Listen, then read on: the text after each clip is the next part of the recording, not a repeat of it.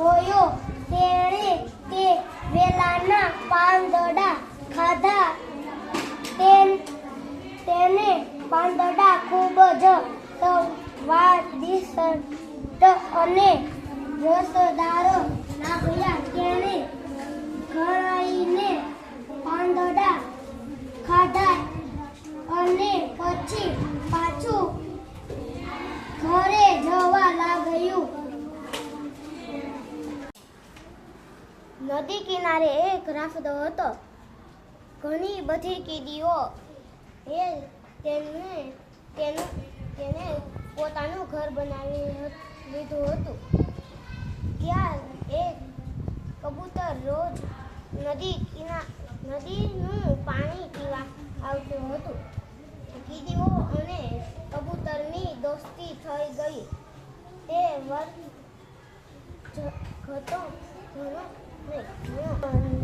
નદી નાળા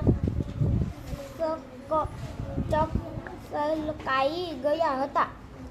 પાણીની સપાટીમાં નદીનો પ્રતિદિન વધારો થઈ રહ્યો હતો.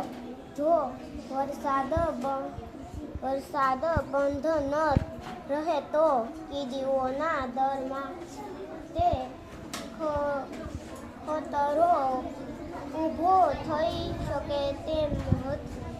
રાફડો પાણીમાં વહી જાય તો કીડીઓ બેઘર થઈ શકે તેમ હતી.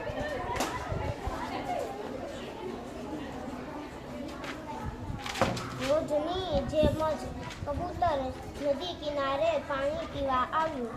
તેને કીડીઓને ચિંતિત જોઈ શું થયું? ઘાસ ચરતી એ ધોરણી જાણતા જ એના ટોળાથી અલગ થઈ તો ફરવાનો રસ્તો શોધી રહી હતી.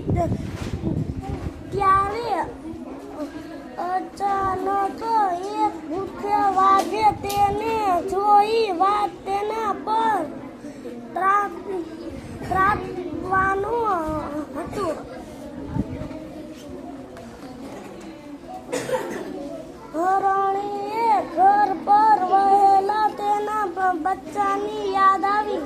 તેણે વાઘને વિનંતી કરી, મને થોડો સમય આપો, હું ઘરે જઈને મારા બચ્ચાઓને કહીશ. ખવડાવી આવું પછી મરવા માટે તમારી પાસે પાછી આવીશ. વાત સમજાવતો પછી વાઘ માની ગયો અને હરણીને જવા દીધી.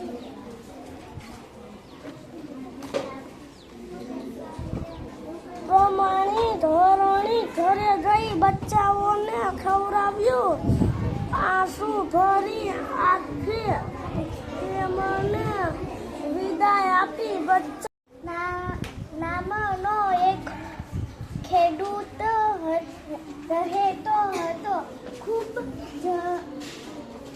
જમહેનતથી તે પોતાની પાસે 5 એકર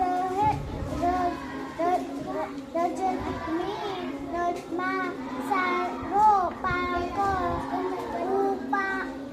ઉગાડ્યો હતો. જંગલમાં એક હાથી રહેતો હતો. એક દિવસ તેણે કેટલાક હંસને તળાવમાં તરતા જોયા અને જાડી ટોપીમાં ડૂબતા કેટલાને જોયા. તે ઉદાસ થઈ ગયો અને વિચારવા લાગ્યો, હું